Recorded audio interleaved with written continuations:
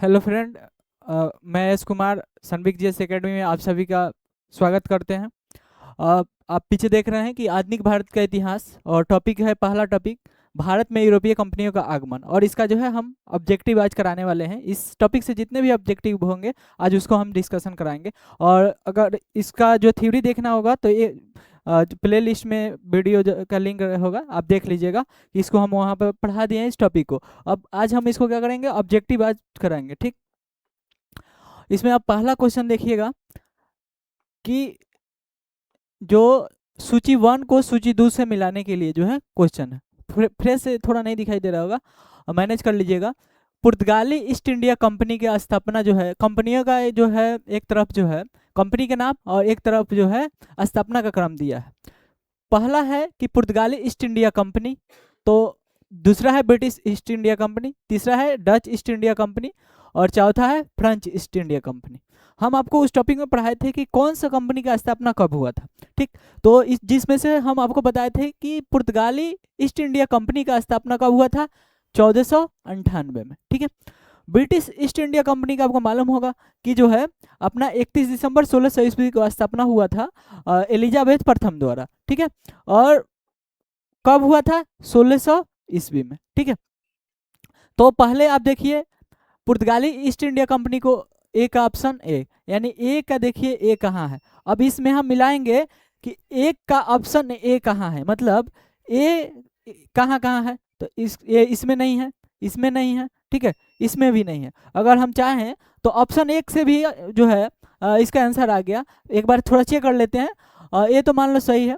दूसरा जो है ब्रिटिश ईस्ट इंडिया कंपनी 1600 ईस्वी, तीसरा जो है डच ईस्ट इंडिया कंपनी 1602 ईस्वी और जो है चौथा जो है फ्रेंच ईस्ट इंडिया कंपनी 1664 ईस्वी। ये बिल्कुल सही है। हम सिर्फ एक ऑप्शन मिलाएं और क्या हो गया, आंसर आ गया। आप भी जब भी क्वेश्चन बनाने बैठिएगा तो कोशिश करिएगा कि जो है मिलान करें, कम से कम एक ऑप्शन जो है 100% आप श्योर जानते हैं कि इसका आंसर यही होगा, तो उसी को क्या करिए, मिलाइए। यानी हम जानते थे कि पुर्तगाली डच ईस्ट इंडिया कंपनी का स्थापना 1498 ईस्वी में हुआ था, यानी एक एक ऑप्शन ए, जहां जहां एक ऑप्शन ए होगा उसको हम रहने देंगे, बाकी को काट देंगे। तो सिर्फ इसमें ए का ऑप्शन ए था तो इस ए रहेगा, बाकी कहीं भी एक ऑप्शन ए नहीं है तो ये क्या हो जाएगा, कट जाएगा। एक ही ऑप्शन से हमारा सारा आंसर आ गया, तो इसका आंसर सी होगा, ठीक। आगे देखते हैं। वर्ष 1498 ईस्वी में वास्को डी गामा भारत में कहाँ उतरा था, ठीक है। तो थ्योरी में आपको हम बताए थे कि जो है वास्को डी गामा जो है भारत में केरल के काली तट पर जो है 20 मई 1498 में उतरा था, ठीक है। कहाँ, कालीकट पे। तो इसमें देखिए कालीकट कहाँ है, तो यहाँ पे, ठीक है। तो इसका आंसर क्या होगा, बी होगा, यानी दो का ऑप्शन क्या होगा, बी होगा, कालीकट होगा। आगे देखते हैं। वास्को डी गामा कहाँ का रहने वाला था, यानी वो पूछ रहा है कि निवासी कहाँ का था, वास्को डी गामा जो है कहाँ का था। तो आपको जब हम बताए थे, थ्योरी में बताए थे कि जो है पुर्तगाल का रहने वाला था। हम लोग बचपन में भी पढ़े होंगे कि जो वास्को डी गामा पहला यूरोपीय व्यक्ति था और किस देश से था, पुर्तगाल से, जो कि भारत में पहुंचा था, ठीक है। तो इसका ऑप्शन ए नहीं होगा, बल्कि क्या होगा, ऑप्शन ए होगा, यानी क्या होगा, 3 का ए आंसर होगा, ठीक। आगे देखते हैं। भारत तक समुद्री मार्ग की खोज की गई थी, मतलब भारत तक जो है समुद्र माध्यम से पहुंचने के लिए सबसे पहले कौन सा यूरोपीय जो है देश प्रयास किया था, तो आपको मालूम होगा सबसे पहले कौन प्रयास किया था, अपना पुर्तगाली। तो ए में डच है तो ए भी नहीं होगा, अंग्रेज ए भी नहीं होगा, फ्रांसीसी ए भी नहीं होगा, यानी ऑप्शन क्या होगा, सी होगा, यानी 4 का ऑप्शन क्या होगा, सी होगा, ठीक। आगे देखते हैं। पुर्तगाल व्यापारी कंपनी के भारत आगमन का सर्व प्रमुख उद्देश्य क्या था, यानी जब हम आपको पहला क्लास बताए पढ़ाए थे तो उसमें बताए थे कि जो यूरोपीय थे, यानी खास करके जो पुर्तगाली भारत में आए थे, वो क्या करने आए थे, मसालों के व्यापार करने के लिए भारत में आए थे। और जो वास्को डी गामा भारत आया था और यहाँ 1498 में, और जब लौटा तो अपने साथ क्या हुआ, बहुत सारा मसालों को, काली मिर्च को अपने साथ लेकर के गया और यूरोप में उसको बेचा। जब बेचा तो उसको जो है जितना खर्च लगा था उसको काट करके उसको 60 गुना जो है अधिक मुनाफा हुआ, ठीक है। जिससे क्या हुआ, यूरोपियों में दिलचस्पी जगी कि हम क्या करते हैं, भारत के साथ मसाला का व्यापार करते हैं। और क्या हुआ, वो लोग जो है भारत की तरफ रुख करते हैं। लगभग पुर्तगाल के बाद डच आते हैं, अंग्रेज आते हैं, डेनिश आता है, फ्रांसीसी आते हैं। तो इसमें जो होगा ऑप्शन कौन कौन नहीं होगा, ए नहीं होगा, धर्मांतरण करना इसका उद्देश्य नहीं था, राज स्थापित करना ये भी उद्देश्य नहीं था। अभी उसका उद्देश्य क्या था, मसाला का व्यापार करना, यानी काली मिर्च और अन्य मसालों के व्यापार पर एक अधिकार प्राप्त करना, यानी 5 का ऑप्शन क्या होगा, ए होगा। ठीक, आगे देखिए, वास्को डी गामा कालीकट पर किस वर्ष में आया था। ठीक, तो आपको अभी बताया हम कि कब आया था, 1498 ईस्वी में। और कब आया था, 20 मई को आया था। ठीक है, कालीकट के जो है तट पर। तो एडी का मतलब होता है अपना एनो डोमिनी, इंग्लिश में इसको बोलते हैं एनो एनो डोमिनी बोलते हैं। ठीक है, एनो डोमिनी। ठीक, यानी हिंदी में इसको हम क्या बोलते हैं, ईस्वी बोलते हैं। ठीक है, और आपको जो कहीं बीसी लिखा रहता है तो इसका मतलब होता है बिफोर क्राइस्ट, यानी ईसा पूर्व ऐसे लिखा रहता है। ठीक है, तो इसमें आपको क्या दिया है, एडी दिया है, यानी इसका आंसर क्या होगा, 1498 ईस्वी में आया था। ठीक है, तो ऑप्शन 6 का क्या होगा आंसर, बी होगा। आगे देखिए, मध्यकाल में सर्वप्रथम भारत से व्यापार संबंध स्थापित करने वाले कौन थे। ठीक है, तो आपको जो है हम आपको बताया कि सबसे पहले यूरोपीय आए थे, वो कौन थे, अपना पुर्तगाली थे। तो आपको एक ट्रिक भी दिखाए थे कि भारत में जो यूरोपीय आए थे सबसे पहले कौन आया था, तो एक ट्रिक था PDEDF, यानी पुर्तगाली आए थे, उसके बाद डच आए थे, अंग्रेज आए थे, डेनिश आए थे और फ्रांसीसी आए थे। तो इसका आंसर क्या होगा, पुर्तगाली, यानी 7 का ऑप्शन डी पुर्तगाली होगा। ठीक, आगे देखते हैं, निम्नलिखित में से किसने वास्को डी गामा का कालीकट में स्वागत किया था। तो ये चीज आपको मालूम होगा कि जो है कालीकट में, केरल में जो है हिंदू शासक था और उसका नाम क्या था, जमोरिन था। एक उपाधि था उस वंश का जिसको जमोरिन कहा जाता था। ठीक है, तो वही क्या किया था, वास्को डी गामा का भव्य स्वागत किया था। ठीक, तो ये जो है ये भी नहीं होगा, ये भी नहीं होगा। ठीक है, और ये क्या होगा, ऑप्शन सी होगा, यानी जमोरिन ने क्या किया था, कालीकट में वास्को डी गामा का स्वागत किया था। वास्को डी गामा के संबंध में कौन सा कथन सही है। ठीक है, और ये थोड़ा सा 3 लाइन का क्वेश्चन है, इसमें हम बनाते हैं, देखते हैं। वास्को डी गामा 1498 में भारत की यात्रा के समय कालीकट का शासक जमोरिन था। तो अभी आपको बताया कि कौन शासक था, जमोरिन था, यानी ये सही है। अब देखिए, जहां जहां ए होगा इसका मतलब क्या होगा, वो सही होगा। ठीक है, तो सब में ऑप्शन 1 नंबर है, इसका मतलब ये सही है। अब आगे नेक्स्ट वाला क्वेश्चन चेक करते हैं। प्रथम यात्रा में वास्को डी गामा लगभग 1 साल तक भारत में रहा। प्रथम यात्रा, इसका मतलब है कि इसके बाद भी आया होगा, इसलिए प्रथम इसमें क्वेश्चन में लिखा हुआ। तो 1 साल नहीं रहा था, इसमें जो है मात्र 3 माह वो भारत रुका था और फिर जो है व्यापार करके वो चला गया था। तो जो है ऑप्शन 2 गलत है, यानी देखिए अब जहां जहां 2 होगा इसका मतलब वो क्या होगा, आंसर नहीं होगा। तो ऑप्शन ए में भी 2 है, ऑप्शन बी में भी 2 है, तो ये दोनों कट जाएगा। अब हमको चेक करना है सी और डी। तो इसका मतलब एक और हम चेक करते हैं, वास्को डी गामा ने पुनः 1501 में जो है भारत की यात्रा की थी। नहीं, वास्को डी गामा जो है भारत में 3 बार आया था, एक बार 1498 में, एक बार 1502 में और एक बार जो है 1524 ईस्वी में। ठीक है, तो इसमें क्या दिया है, 1501, यानी ऑप्शन 3 भी नहीं होगा, यानी इसमें ऑप्शन 3 है, इसका मतलब ये भी नहीं होगा। अब आपका बचा कौन, डी, यानी आपका आंसर क्या होगा, 9 का डी होगा। ठीक है, यानी कौन, ये एक सही था तो सिर्फ एक ही होगा। ठीक है, इसी तरह आप बनाने का प्रयास कीजिएगा, सिर्फ आंसर तक पहुंचिएगा तो नहीं आएगा, काटिएगा।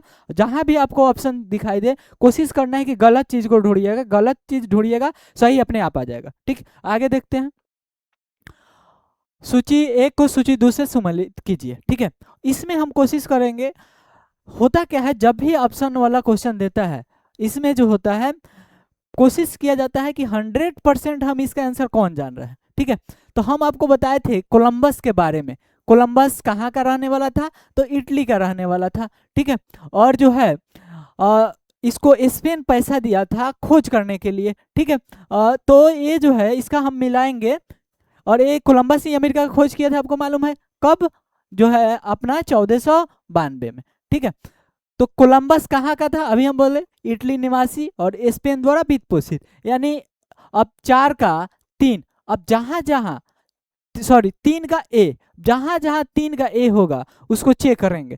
तो 3 का ए इसमें दिखाई दे रहा है, 3 का ए, इसका मतलब या तो ई सही होगा या तो ए सही होगा। ए और ए नहीं होगा, क्योंकि इसमें क्या है, एक का ए है, एक का ए, दो कट गया। अब आसान हो गया, आपके पास 50-50 हो गया। यानी अगर आपको नहीं भी आता है ना, तो चांस है कि 50% अंजादी मार दीजिएगा तो क्वेश्चन सही हो जाएगा। अब क्या करिए, एक और कोशिश करिए कि जो है इसमें से आप सही कर ले। तो इसमें से हमको, आप मैगलन का नाम सुने होंगे। मैगलन जो था पुर्तगाली यात्री था, और जो है ये एक बार पूरा विश्व का जो है चक्कर लगा चुका था, ठीक है। और यह कहाँ का था, पुर्तगाली था। हम आपको बताए थे जब शुरुआत वाला थ्योरी पढ़ा रहे थे, तो जो स्पेन देश था और जो पुर्तगाली थे, यही जो है दुनिया में सबसे पहले रुचि दिखाए खोजने के लिए नए नए स्थलों का। इसमें भारत का भी खोज हुआ, अपना अमेरिका का भी खोज हुआ, ब्राजील का भी खोज हुआ, ठीक है। तो ये जो है कहाँ का था, पुर्तगाली का। तो हम क्या करेंगे कि मैगलन को जहां पुर्तगाल होगा उसे मिला देंगे, यानी डी का ए। अब देखिएगा डी का एक कहाँ दिया हुआ है। अब डी का एक जो है ऑप्शन नंबर ए में दिया हुआ है, सी में नहीं दिया हुआ। तो इसका मतलब हम दो क्वेश्चन आया, अपने आप आंसर निकल गया, यानी सी भी नहीं होगा। होगा क्या, अपना ए होगा, यानी 10 का क्या होगा, ए होगा, ठीक है। तो इस तरह से बनाने का अभी प्रयास कीजिएगा। अगर सोचिएगा अरे हम नहीं जानते हैं, तो नहीं होगा, ऐसे नहीं होगा। आप कम से कम ढूंढिए जो 100% जानते हैं, पहला उसको सही करिए, उसके बाद दूसरा भी अगर मिलान कर लेते हैं तो ऑप्शन जो है अपने आप निकल जाएगा। तो क्या होगा, 10 का ए होगा। आगे देखिए, पुर्तगालियों ने भारत में, तो गलत लिखा गया है, पुर्तगालियों ने भारत में निम्नलिखित में से किस स्थान पर प्रथम दुर्ग का निर्माण किया। ठीक, जब थ्योरी क्लास हम पढ़ा रहे थे तो उसमें एक चार्ट बना करके दिए थे कि जो यूरोपीय आए थे वो अपना प्रथम फैक्ट्री कहाँ कहाँ स्थापित किए थे। पुर्तगाल आया था तो कहाँ किया था, अपना अंग्रेज आया था तो कहाँ किया था, डच आया था तो कहाँ किया था, ठीक है, फ्रांसीसी आए थे तो कहाँ किए थे, ठीक है। तो एक जो है हम आपको चार्ट भी बना करके बताए थे, जो पुर्तगाली आए थे वो भारत में जो है अपना पहला फैक्ट्री जो है वो कहाँ किए थे, 1503 ईस्वी में जो है कोचीन में किए थे, कोचीन में, ठीक है, कोचीन में। और कहाँ, पंडित, कोचीन कहाँ पड़ता है, केरल में, ठीक है। और 1505 में जो है इस दूसरा जो है फैक्ट्री इन्होंने स्थापित किया था, वो जगह था किन्नौर, किन्नौर जो है जगह था, किन्नूर या किन्नौर जो है केरल में पड़ता है। वहीं पे ये लोग क्या किए थे, दूसरा फैक्ट्री स्थापित किए थे। तो इसमें देखिए तो कोचीन कहाँ दिया हुआ है, तो कोचीन जो है सी में है, ये भी नहीं होगा। किन्नौर में कब किया था, 1505 में अपना दूसरा किया था, पहला नहीं किया था। इसमें क्वेश्चन में पूछा है प्रथम दुर्ग का निर्माण, तो कहाँ होगा इसका ऑप्शन, कोचीन में होगा, ठीक है। 11 का ऑप्शन सी होगा। आगे देखते हैं, किन यूरोपियों ने भारत में प्रथमतः सामुद्रिक व्यापार व्यापार किए थे, ठीक है। तो आपको जो है मालूम होगा कि सबसे पहले समुद्री व्यापार कौन शुरू किया था। पहले व्यापार तो होता था, आपको बताए थे, भारत के साथ व्यापार का रास्ता अगर बात करें तो दो ही है, एक जो है स्थल मार्ग से होगा तो ऐसे होगा, समुद्र मार्ग से होगा तो ऐसे होगा। इधर से क्यों नहीं होगा, क्योंकि इधर हिमालय रेंज है तो काफ़ी दुर्गम इलाका है।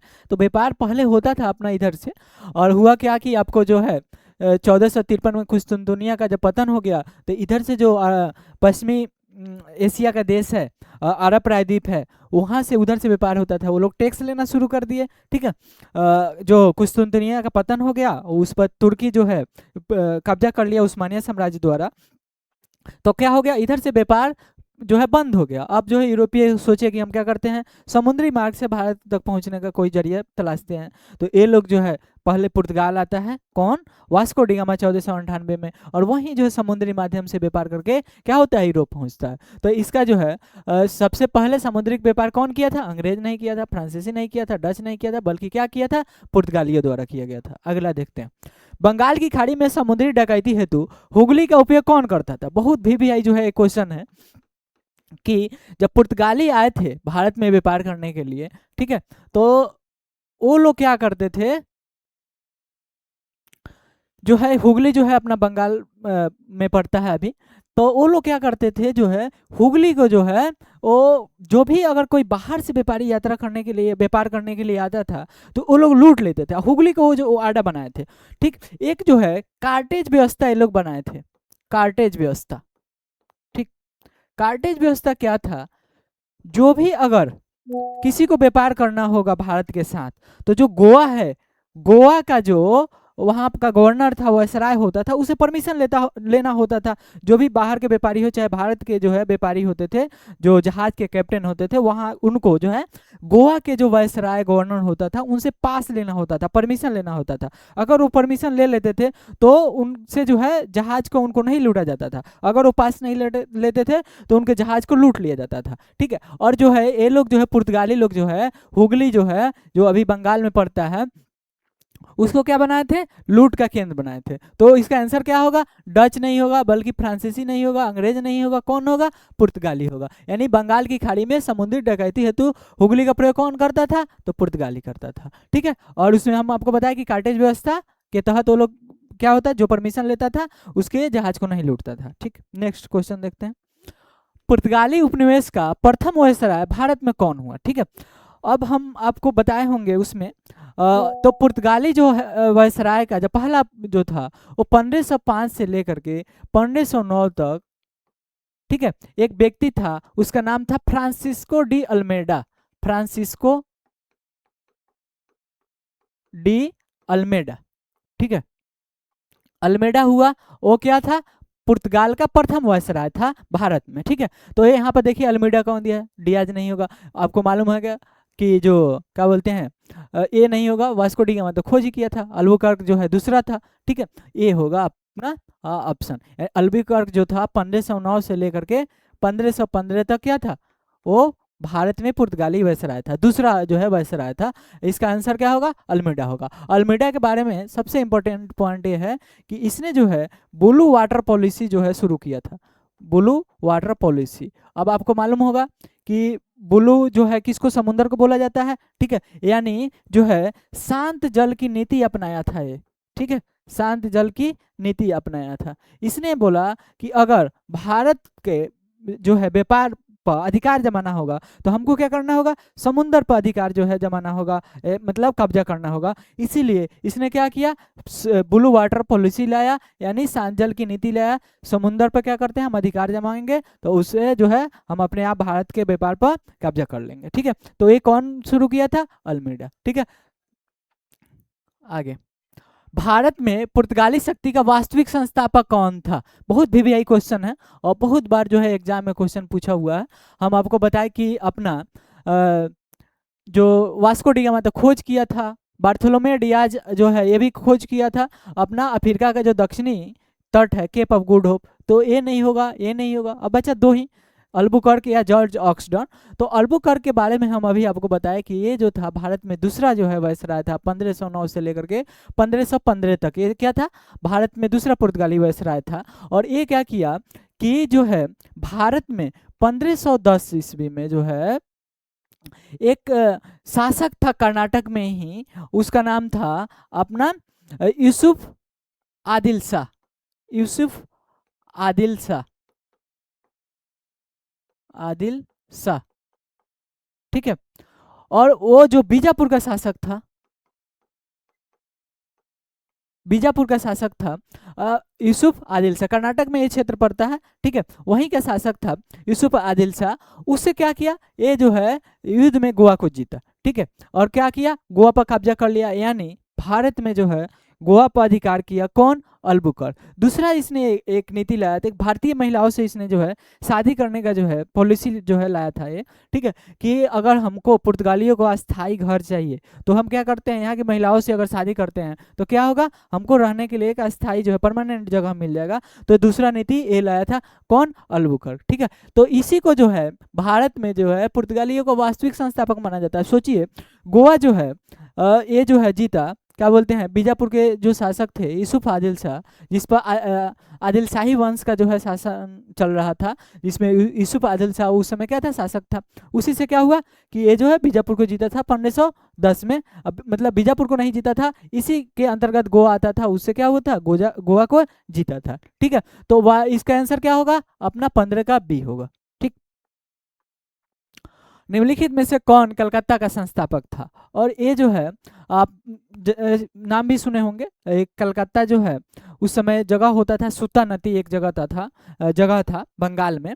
उसी को जो है वहीं का एक कारखाना का मालिक था जिसका नाम था जॉब चर्नक। तो उस सूता नदी जगह को जो है डेवलप किया और उसको जो है कलकत्ता के रूप में क्या हुआ, विकसित किया। और इसी को जो है क्या कहा जाता है, कलकत्ता का संस्थापक माना जाता है, किसको, जॉब चर्नक। यानी जो 16 का आंसर क्या होगा, बी होगा। आगे देखते हैं। लंदन में ब्रिटिश ईस्ट इंडिया कंपनी के गठन के समय भारत का निम्नलिखित में से कौन बसा था। बहुत जो है इंपॉर्टेंट क्वेश्चन है और जो है ये पूछा हुआ है। हम भी आपको जब थ्योरी पढ़ा रहे थे तो एक चार्ट बनाकर बताए थे कि जब यूरोपीय कंपनियों का स्थापना हुआ था उस समय भारत में जो है कौन शासक थे। ठीक है, तो ऐसे अभी हम आपको एक, जब मेडाइवल हम पढ़ाते हैं तो उसमें एक ट्रिक लिखाए थे, भाजसा। ये जो है मुगल शासकों का क्रम है, मतलब बी से बाबर, एच से हुमायूं और ए से जो है अकबर और जो है जे से जहांगीर और एस से शाहजहां और ए से औरंगजेब। ठीक, अब जो है इसका अगर हम शासनकाल मालूम हो जाता है, पहले तो आपको मालूम होना चाहिए कि लंदन में ब्रिटिश ईस्ट इंडिया कंपनी का स्थापना कब हुआ था। तो अब सबको मालूम है कि 1600 ईस्वी में हुआ था। अब सोचिए 1600 ईस्वी में भारत में शासक कौन होगा। तो बाबर का जो शासनकाल था 1526 से 30 तक था। हुमायूं का जो था 1530 से लेकर के 40 तक, और फिर जो है 1555 से 56 तक था। जब मेडाइवल पढ़ाएंगे तो उसमें आपको हम बताएंगे। अकबर जो था 1556 से लेकर के 1605 तक भारत में मुगल का शासक था। और सोचिए 1605 तक था, इसका मतलब इसका आंसर क्या होगा, ए होगा। 1600 में कंपनी का स्थापना हुआ था, उस समय भारत में शासक कौन था, अकबर था, क्योंकि इसका शासनकाल 1556 से 1600 जो है 5 तक था। शाहजहां के बारे में भी जान लीजिए, ये जो है सॉरी जहांगीर पहले आएगा।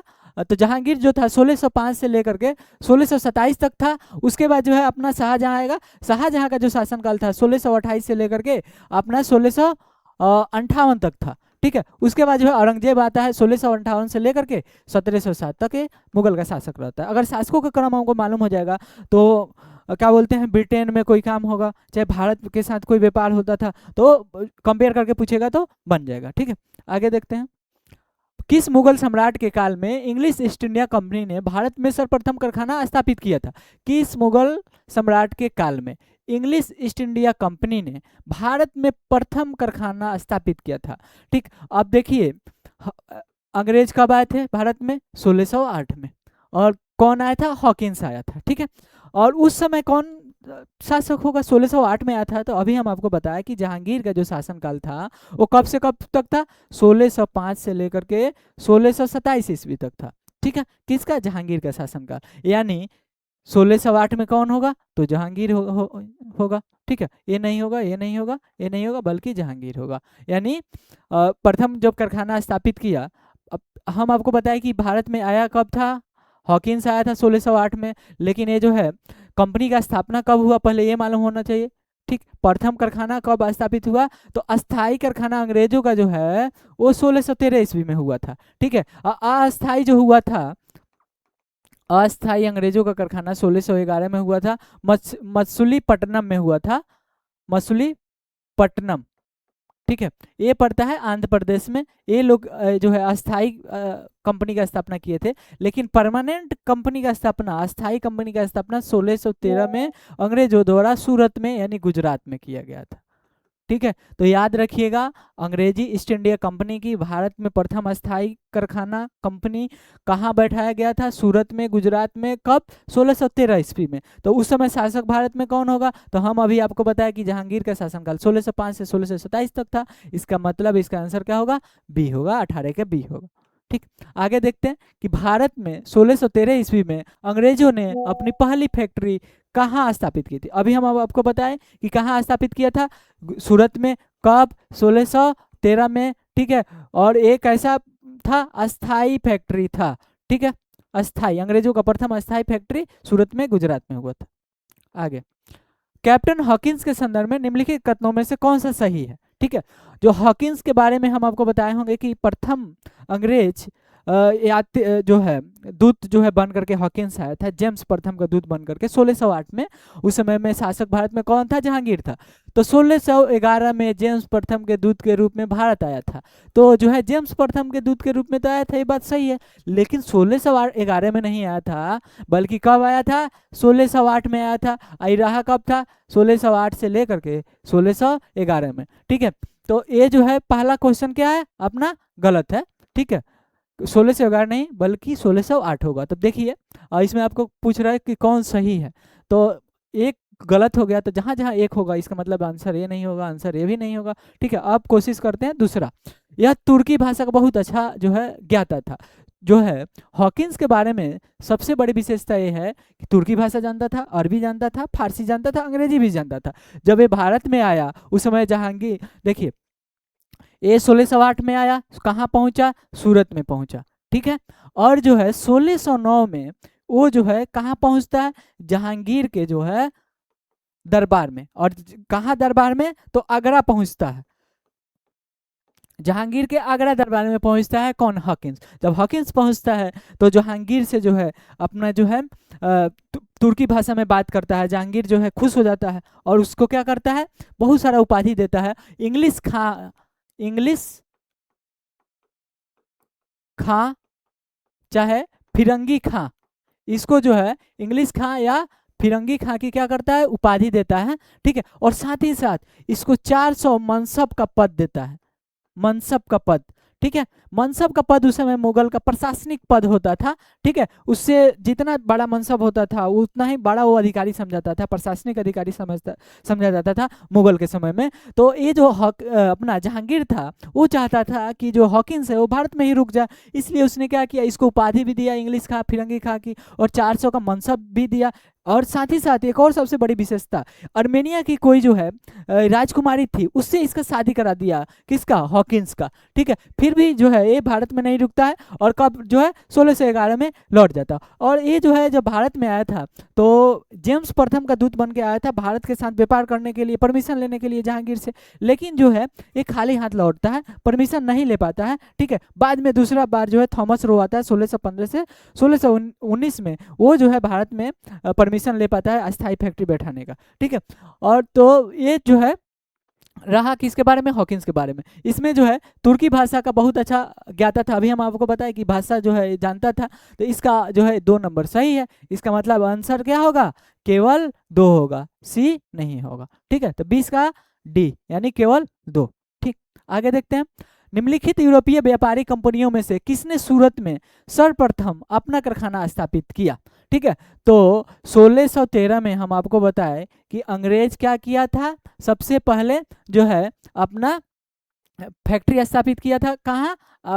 जो है सूरत में। ठीक है, डच नहीं किए थे। डच जो है अपना जो है 1600 क्या बोलते हैं 5 के आसपास जो है मछलीपट्टनम में जो है ये अपना प्रथम स्थापित करते हैं। जो है इसका आंसर जो होगा वो कौन होगा? अंग्रेज होगा। ठीक है, और फ्रांसीसी जो है ये अपना 1668 में करते हैं सूरत में। ठीक है, तो ये भी ऑप्शन नहीं होगा। पुर्तगाली तो मालूम ही है आपको, ये भी नहीं होगा, डच भी नहीं होगा, बल्कि आंसर क्या होगा?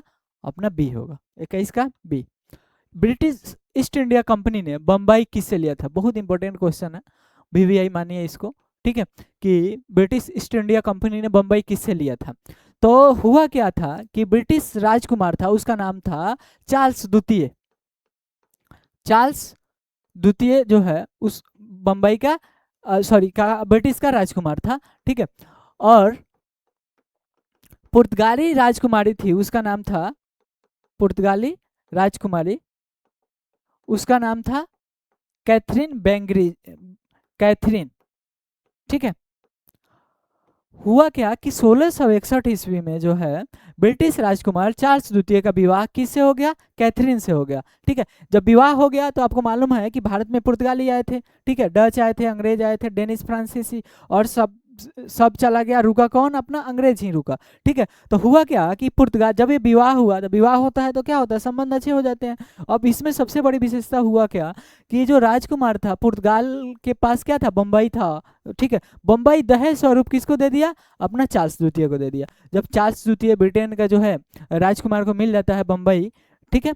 तो क्या करता है, बम्बई को जो है बाद में 1668 ईस्वी में मात्र 10 पाउंड वार्षिक किराया पर ये जो है किसको दे दिया, जो है ब्रिटिश ईस्ट इंडिया कंपनी को जो है भाड़े पे दे दिया बम्बई बंदरगाह को, यानी जो ये मुंबई है, ठीक है, उसको जो है दहेज मिला किसको, चार्ल्स द्वितीय को। चार्ल्स द्वितीय कौन था, ब्रिटेन का राजकुमार था जिसकी विवाह पुर्तगाल की राजकुमारी कैथरीन से हुआ 1661 में। दहेज स्वरूप जो है पुर्तगाली बम्बई दे दिया चार्ल्स द्वितीय को। चार्ल्स द्वितीय का किया 1668 में जो है ये 10 वर्ष वार्षिक पाउंड पर सामान जो है नॉर्मल किराए पर किसको दे दिया, ब्रिटिश ईस्ट इंडिया कंपनी को। अब ब्रिटिश ईस्ट इंडिया कंपनी के पास मुंबई बंदरगाह मिल गया। अब बाद में क्या हुआ, 1687 ईस्वी के आसपास ये जो अंग्रेज थे वो अपने राजधानी लेकर के कहाँ चले जाते हैं, अपना बम्बई बना लेते हैं। सूरत से कहाँ कर लेते हैं, बम्बई कर लेते हैं, ठीक है।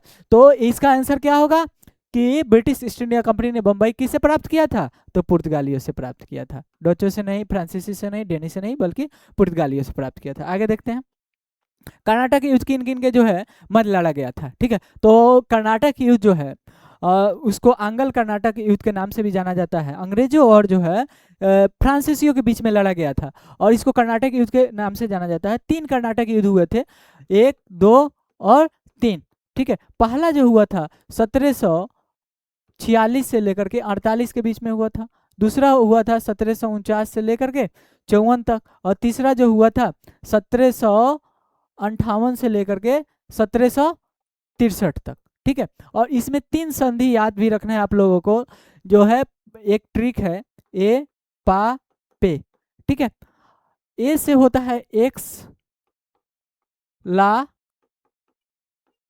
सापेल की संधि, ठीक है। ये युद्ध हो गया, कौन सा युद्ध, कर्नाटक, प्रथम कर्नाटक, दूसरी और तीसरा।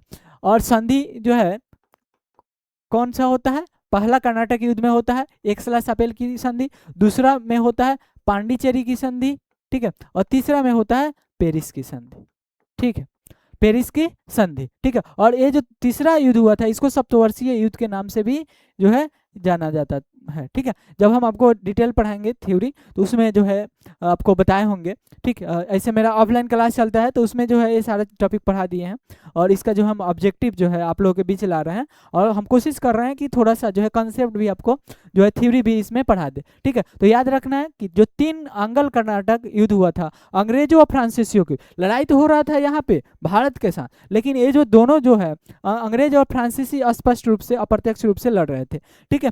तो ये जो होगा कर्नाटक युद्ध किन किन के मध्य लड़ा गया था, तो अंग्रेजों और फ्रांसीसियों के बीच, डच के बीच नहीं, ये नहीं, ये नहीं, क्या होगा, तो इसका आंसर ये होगा। और ये याद रखिएगा, अंग्रेजों और फ्रांसीसियों के बीच यानी 3 आंग्ल कर्नाटक युद्ध हुआ था। प्रथम 1746 से 48, 49 से 54, तीसरा 58 से 63, और ये जो है सप्तवर्षीय युद्ध के नाम से जाना जाता है। संधि एक्सला सापेल की संधि, पांडिचेरी की संधि और पेरिस की संधि हुई थी।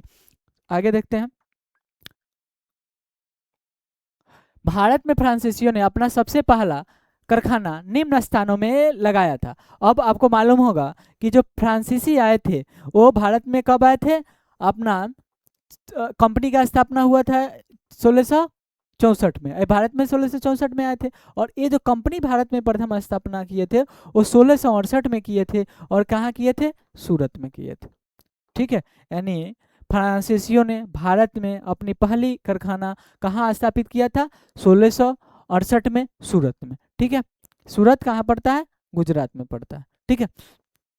तो इसका आंसर क्या होगा, 24 का ए होगा। आगे देखिए, फ्रांसीसी ईस्ट इंडिया कंपनी स्थापित हुई थी, सबसे जो है इंपॉर्टेंट क्वेश्चन है।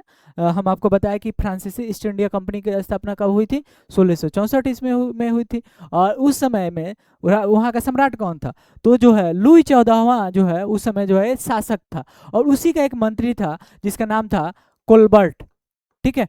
कोलबर्ट जो था वो वित्त मंत्री था, ठीक है। यही बोला था कि क्या करिए कि जो है फ्रांसीसी ईस्ट इंडिया कंपनी का स्थापना करिए और इसका हम क्या करते हैं, यूरोप के साथ सॉरी भारत के साथ क्या करते हैं, व्यापार करते हैं। तो लुई 14वें के जो है शासनकाल में फ्रांसीसी ईस्ट इंडिया कंपनी का स्थापना हुआ था। आगे देखिए, निम्नलिखित में से किसे भारत में फ्रांसीसी कंपनी का संस्थापक माना जाता है। अभी हम आपको बताएं कि जो कौन था, लुई 14वें के शासनकाल में एक मंत्री था, वित्त मंत्री, कौन, कोलबर्ट, ठीक है, वित्त मंत्री, ठीक है, कोलबर्ट, ठीक। तो 26 का आंसर क्या होगा, सी होगा।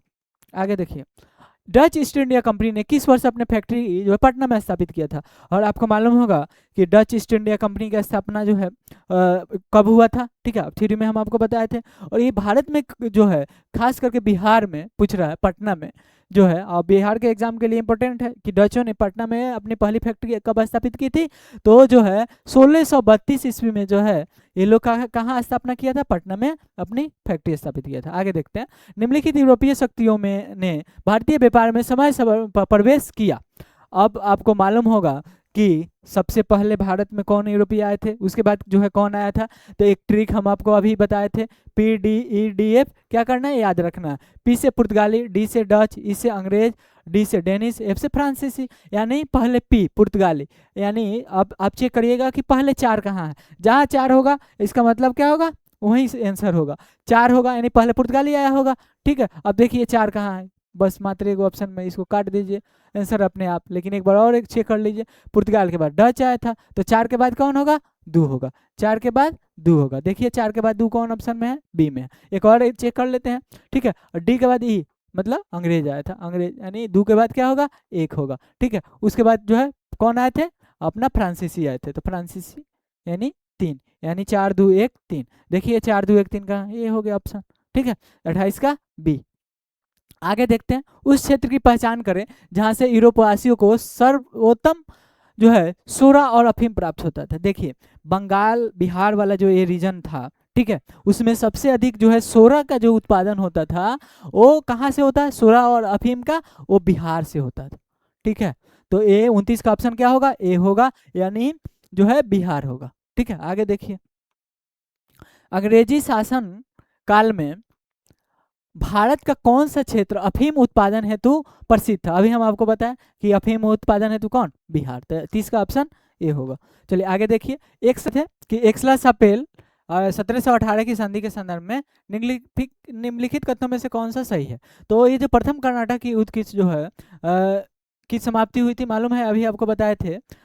एक्सला सापेल संधि क्या कब हुआ था? ए पा पे एक ट्रिक लिखाए थे, ए पा पे मतलब एक्सला सपेल की संधि, पांडिचेरी की संधि और पेरिस की संधि। ठीक, तो ये पहला तो सही है। अंग्रेजों को मद्रास पुनः प्राप्त हुआ। हुआ क्या था, जो फ्रांसीसी था वो क्या हुआ था, अंग्रेज वो क्या किया था, मद्रास उसके पास था, और अंग्रेज क्या किया, इसमें वो फिर से उसको मिल गया। तो ये इसमें जो ऑप्शन न होगा ये दोनों होगा, 31 का सी। ठीक है, ये नहीं होगा, ये नहीं होगा। ठीक है, बल्कि 31 का सी होगा। आगे देखते हैं। ठीक, पुर्तगालियों ने भारत में सर्वप्रथम कहाँ फैक्ट्री स्थापित किया था? हम आपको बताए थे कि 1503 ईस्वी में कोचीन में जो है पुर्तगालियों ने अपनी पहली फैक्ट्री स्थापित की थी। कोचीन कहाँ पड़ता है, केरल में। ठीक है, तो ऑप्शन इसका क्या होगा, 32 का ए होगा। आगे देखते हैं कि भारत में तंबाकू के प्रचलन का श्रेय किसे दिया जाता है? देखिए जब पुर्तगाली आया था, तो हम जब पढ़ाते हैं थ्योरी उसमें बताए थे, अपने क्लास के भी स्टूडेंट को लिखाए थे कि पुर्तगालियों की देन, पुर्तगाली भारत में क्या क्या दिया था। तो पुर्तगाली भारत में तंबाकू जो है, संतरा उत्पादन, काजू उत्पादन, आलू जो है, और जो है ये सारा जो है वो क्या किया था, लाया था यूरोप से और यहाँ शुरुआत किया था। ठीक है, और साथ ही साथ एक आर्ट भी विकसित किया था जिसको गोथिक कला बोलते हैं, घर और बनाने का, भवन बनाने का एक आर्ट था, वो विकसित किया था। प्रिंटिंग प्रेस भी जो है यही लाया था। कौन, ये जो है पुर्तगाली। ठीक है, तो इसका ऑप्शन क्या होगा, अंग्रेज नहीं होगा, डच नहीं होगा, फ्रांसीसी नहीं होगा, बल्कि क्या होगा, 33 का बी होगा, बल्कि पुर्तगालियों द्वारा। ठीक है, आगे देखिए। भारत में पहली मुद्रण मशीन यानी प्रिंटिंग प्रेस की शुरुआत किसने की थी? अभी हम आपको बताया कि पुर्तगालियों द्वारा जो है भारत में प्रथम प्रिंटिंग प्रेस की शुरुआत करी गई थी। ठीक, आगे। वह कौन सा निर्णायक युद्ध था जिसमें अंग्रेजों ने डचों को हरा दिया, जिस कारण डचों की भारत में चुनौती खत्म हो गई, भारत से वो डच क्या हो गया, वो चले गए? तो वांडी वास का युद्ध जो है 1757 में नहीं हुआ था, बल्कि 1760 में हुआ था। और ये जो है अंग्रेज और फ्रांसीसियों के बीच में हुआ था, जिसमें फ्रांसीसी बुरी तरह से हार जाते हैं और भारत से उनका कहानी खत्म हो जाता है। प्लासी का युद्ध हुआ था 1757 में, आपको मालूम है, बंगाल का नवाब जो है सिराजुद्दौला अंग्रेजों के बीच हुआ था, तो ये तो होगा नहीं। बक्सर का युद्ध 1764 में हुआ था, तो ये भी नहीं होगा। ठीक है, तो इसका आंसर क्या होगा, बेदरा के युद्ध में। बेदरा जो है पश्चिम बंगाल में एक जगह पड़ता है। ठीक है, चिंसूरा जो है एक जगह पड़ता था, उसी के आसपास जगह था, वहीं पे जो है 1759 में अंग्रेजों और डचों के बीच में जो है युद्ध होता है। डच हार जाते हैं और उनकी भारत से जो है महत्वाकांक्षा और जो है समाप्त हो जाता है, वो लोग जो है वो चले जाते हैं। ठीक है, तो इसका 35 का आंसर क्या होगा, ए होगा। आगे देखते हैं। डचों ने अपनी पहली फैक्ट्री 1605 ईस्वी में कहाँ स्थापित किया था? सूरत नहीं होगा, कालीकट नहीं होगा, पुलिकट नहीं होगा, बल्कि मछलीपट्टनम होगा। कहाँ पड़ता है? आंध्र प्रदेश में। ठीक है, यानी 36 का आंसर क्या होगा? सी होगा। आगे देखिए, कैप्टन विलियम हॉकिंस किस जहाज से जो आया था? पहले कैप्टन विलियम हॉकिंस कब आया था? 1608 में। और कहाँ आया था? ठीक है, सूरत। सूरत कहाँ पड़ता है? गुजरात में पड़ता है। ठीक है, और उसके बाद जो है 1609 ईस्वी में जो है वो पहुंचता है मुगल दरबार। किसके? जहांगीर उस समय शासक था। और कहाँ पहुंचता है? तो आगरा पहुंचता है। ये सारा चीज हम आपको बताए भी थे। ठीक है, आगरा पहुंचता है। ठीक है, और किस जहाज से आया था? तो एक जो जहाज होगा, ड्रैगन नहीं होगा, स्क्वायर नहीं होगा, बल्कि हेक्टर नामक जहाज से आया था हॉकिंस। और ये किसका दूत था? तो जेम्स प्रथम का दूत था। जेम्स प्रथम का क्या था? दूत था, जेम्स प्रथम। ठीक है, तो इसका आंसर क्या होगा? ए होगा। 37 का ए होगा। आगे देखते हैं, कौन इंग्लैंड के सम्राट जेम्स प्रथम का राजदूत बनकर 1615 ईस्वी में मुगल बादशाह जहांगीर के दरबार में आया था? हम आपको बताए थे कि दो क्या बोलते हैं आए थे। ये जो विलियम हॉकिंस आया था, तो ये तो 1608 से 11 तक रहा था। ठीक है, और उसके बाद जो है पूछ रहा है कि 15 में कौन आएगा? तो सर थॉमस रो आया था 1615 से लेकर के 1600 अपना एक 1615 से 1619 के आसपास ये क्या था? भारत में रहा था सर थॉमस रो। तो ए कौन होगा? इसका आंसर सी होगा। ए नहीं होगा, ए नहीं होगा। ठीक है, कौन होगा? सी होगा। 1661 ईस्वी में पुर्तगाल के राजा ने अपनी बहन कैथरीन ब्रेंगराजा की शादी इंग्लैंड के राजा चार्ल्स द्वितीय से की। इस उपलक्ष्य में उसने कौन सा भारतीय द्वीप चार्ल्स द्वितीय को दहेज के रूप में दे दिया? हम आपको बताए थे कि कौन सा? तो आपको बंबई बंदरगाह। ठीक है, तो आंसर क्या होगा? बी होगा। निम्नलिखित में से कौन सा युद्ध निर्णायक युद्ध था जिसमें फ्रांसीसी हार गए और अंग्रेजों की सर्वोच्चता स्थापित हो गई? यानी फ्रांसीसियों की हार हो गई और क्या हो गया? अंग्रेज ही बचा भारत में। ठीक है, तो ये बेदरा का युद्ध अभी हम आपको बताए थे कि इसमें डच और अंग्रेजों के बीच लड़ा गया था, जिसमें डचों की हार हो गई थी। तो ये तो होगा नहीं। प्लासी का युद्ध हुआ था बंगाल के नवाब सिराजुद्दौला के बीच में। बक्सर का युद्ध हुआ था अपना 1764 में। तो ये भी नहीं होगा। ठीक है, जब हम आपको इसके नेक्स्ट वाला टॉपिक बताएंगे कि ब्रिटिशों का भारत में विस्तार एक टॉपिक है, उसमें ये सारा युद्ध हम लोग पढ़ना। प्लासी का युद्ध जो है, बक्सर का युद्ध है। ठीक है, ये सारा चीज है वहाँ हम लोग पढ़ेंगे। ठीक है, तो इसका आंसर क्या होगा? वांडी वास का युद्ध हुआ था 1760 में, जिसमें क्या हुआ? फ्रांसीसी बुरी तरह से हार गई और अंग्रेज क्या जो है सर्वोच्चता स्थापित हुई भारत में। ठीक है, आगे देखिए, वांडी वास के युद्ध 1760 में किसके बीच में हुआ था? तो फ्रेंच ने ब्रिटिश को हराया, गलत है। अब ब्रिटिश ने डच को हराया, नहीं, गलत है। डच को नहीं हराया था। ठीक है, ब्रिटिश ने किसको हराया था? फ्रेंच को हराया था, फ्रांसीसी को हराया था। तो ऑप्शन क्या होगा अपना? 41 का सी होगा। आगे देखते हैं, कर्नाटक का तृतीय युद्ध किस संधि के फलस्वरूप? अभी हम आपको बताए थे ए पा पे, मतलब पेरिस की संधि। ठीक है, तब देखिए इसमें पेरिस कहाँ है? तो ये नहीं होगा, ये नहीं होगा। ठीक है, आंसर क्या होगा? 42 का सी होगा। आगे देखिए, 15 अगस्त 1947 के बाद भी भारत का कौन सा भाग पुर्तगाल के अधीन बना रहा? पुर्तगालियों के बारे में सबसे जो है कि भारत में सबसे पहले ये लोग आए और सबसे बाद में गए भारत से। ठीक है, तो जो है कहाँ से गया? गोवा से। भारत में सबसे पहले कौन आया था? पुर्तगाली आए थे 1498 में। अब भारत से गोवा से कब गए? तो 1961 ईस्वी में भारत से वो लोग वापस गए थे पुर्तगाली। ठीक है, अब आप बताइएगा कमेंट में कि जो है जब पुर्तगाली गोवा से 1961 में गए तो उस समय गोवा का वायसराय कौन था? ठीक है, कमेंट में जो है आप क्या करिएगा? इसको आंसर दीजिएगा। ठीक है, तो इसका आंसर क्या होगा? 43 का ए, यानी पुर्तगाल जो है 15 अगस्त 1947 के बाद ही भारत का कौन सा भाग पुर्तगाल के अधीन बना रहा? यानी आज़ादी के बाद पूछ रहा है। फिर आज़ादी के बाद भी पुर्तगाली भारत में रहे, कब तक? 1961 तक। सोचिए, देश आज़ाद हुआ 1947 में और पुर्तगाली 1961 तक रहे कहाँ? गोवा में। और गोवा से ये लोग कब गए? 1961 में। ठीक है, आगे बताइए, देखते हैं किसे जहांगीर ने खान की उपाधि दी थी? अभी हम आपको बताए थे शुरुआत में ही कि जो हॉकिंस आया था उसको इंग्लिश खान की उपाधि, ठीक है, और फिरंगी खान की उपाधि कौन दिया था? जहांगीर। साथ ही 400 का मनसब दिया था और जो आर्मेनिया की राजकुमारी थी उससे शादी भी कराया था ताकि वो क्या करे? रुक जाए। ठीक है, लेकिन क्या हुआ? नहीं रुका। ये कौन होगा? हॉकिंस। ये नहीं होगा, ये नहीं होगा। ठीक है, ये नहीं होगा बल्कि हॉकिंस होगा। आगे देखते हैं, वास्को डी गामा भारत कब पहुंचा था? तो हम आपको बताए थे कि वास्को डी गामा कालीकट में 20 मई 1498 को पहुंचा था। ठीक है, तो इसका आंसर क्या होगा? 20 मई 1498। आगे देखिए, किसने बीजापुर के शासक यूसुफ आदिल शाह से गोवा को छीना था? गोवा का जीता था, तो हम आपको बताए थे कि जो है कब छीना था पहले, तो 1510 में। अब 1509 से लेकर के 1515 तक वायसराय कौन था पुर्तगालियों का? तो अल्मीडा तो 1505 से 1509 तक था, तो ये नहीं होगा। ठीक है, निनो डी कुन्हा ये नहीं होगा क्योंकि ये 1529 से लेकर के और 1538 तक था। ठीक है, तो ये भी नहीं होगा।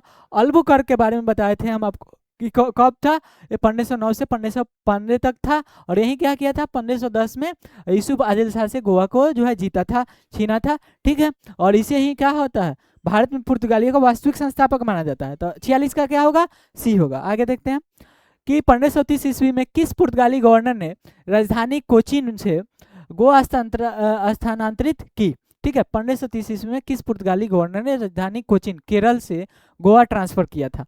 तो ये जो है पुर्तगाली तो था नहीं क्योंकि इसका कार्यकाल, सॉरी अल्बुकर्क तो था क्योंकि इसका 1509 से 1515 तक था। अल्मीडा 1505 से 1509 तक था। ठीक है, तो ये दोनों नहीं होंगे। नीनो डी कुन्हा के बारे में हम अभी आपको बताया कि 1529 से लेकर के 1538 तक था, ये वायसराय था। ठीक है, तो ये आंसर क्या होगा? 47 का सी होगा। ठीक है, आगे देखते हैं, वास्को डी गामा भारत में कितनी बार जो है भारत आया था? तो वास्को डी गामा के बारे में आपको हम बताए थे कि ये पहली बार कब आया था? अपना 1498 में आया था। ठीक है, वास्को डी गामा कुल 3 बार जो है भारत में आया था। पहला बार आया था 1498 में, दूसरा बार जो है आया था क्या बोलते हैं 1502 में। ठीक, तीसरी बार जो है आया था ये अपना 1524 ईस्वी में। ये जो तीसरी बार भारत में आया था और इसको बीमार पड़ा भारत में और भारत में ही मर गया 1524 ईस्वी में, और इसको जो है कोचीन में ही क्या हुआ, दफना दिया गया। ठीक है, तो वास्को डी गामा कितनी बार भारत में आया था? एक बार नहीं, 2 बार नहीं, बल्कि 3 बार। 1498, 1502 और 1524। 1524 में आया था, भारत में ही उसकी मृत्यु हो गई और कोचीन में उसको दफना दिया गया। ठीक है, आगे देखते हैं, निम्न में से कौन सा यूरोपीय व्यापारी भारत में सबसे पहले आया और सबसे बाद में गया था? तो अभी हम आपको बताए थे कि पुर्तगाली 1498 में आए थे और भारत से गए कब? 1961। और कहाँ से? तो गोवा से। ठीक है, ये वाला गोवा से। ठीक है, तो आंसर क्या होगा? बी होगा। आगे देखते हैं, अमेरिका की खोज किसने की थी? तो मालूम है आपको, ठीक है, कि एवल दमान ये नहीं होगा, वास्को डी गामा तो भारत की खोज की थी। अल्बुकर्क कैब्राल, अल्वारेज कैब्राल ये जो ब्राजील का खोज किया था। ठीक है, तो ये भी नहीं होगा। आंसर इसका क्या होगा? कोलंबस। अमेरिका की खोज कब किया था? 1492 ईस्वी में। ऐसे निकला था भारत की खोज करने के लिए, लेकिन वो पहुंच गया अपना अमेरिका और वहाँ के लोगों को क्या कहा? रेड इंडियंस कहा। और क्या हुआ, कब खोज किया?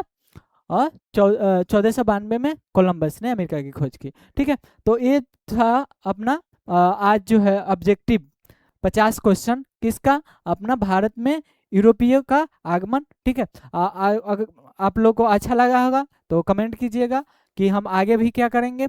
आपका इसके नेक्स्ट टॉपिक जो है भारत में ब्रिटिश का विस्तार कैसे हुआ, कौन कौन सा लड़ाइयाँ लड़ा और कैसे धीरे धीरे क्षेत्रों पर जो है कब्जा करते चला गया, तो उसका भी हम ऑब्जेक्टिव लेकर के आएंगे और आपको डिस्कशन कराएंगे। इसी तरह जितना 50 क्वेश्चन हो सकता है तो 50 क्वेश्चन हम आपको कराएंगे। ठीक है, ऐसे मेरा ऑफलाइन कोचिंग जो है अपना पूर्वी चंपारण बिहार के अपना कोटवा में जो है ऑफलाइन कोचिंग चलता है सनविक जीएस एकेडमी के नाम से, सनविक जीएस एकेडमी के नाम से। ठीक है, तो आप वहाँ ऑफलाइन भी हमसे जुड़ सकते हैं। अगर कांटेक्ट करना होगा तो 81 021 22 503 पर जो है आप क्या कर सकते हैं, मैसेज या व्हाट्सएप पर मैसेज कर सकते हैं, फ़ोन कर सकते हैं, हमसे जुड़ सकते हैं। वीडियो देखने के लिए बहुत बहुत धन्यवाद।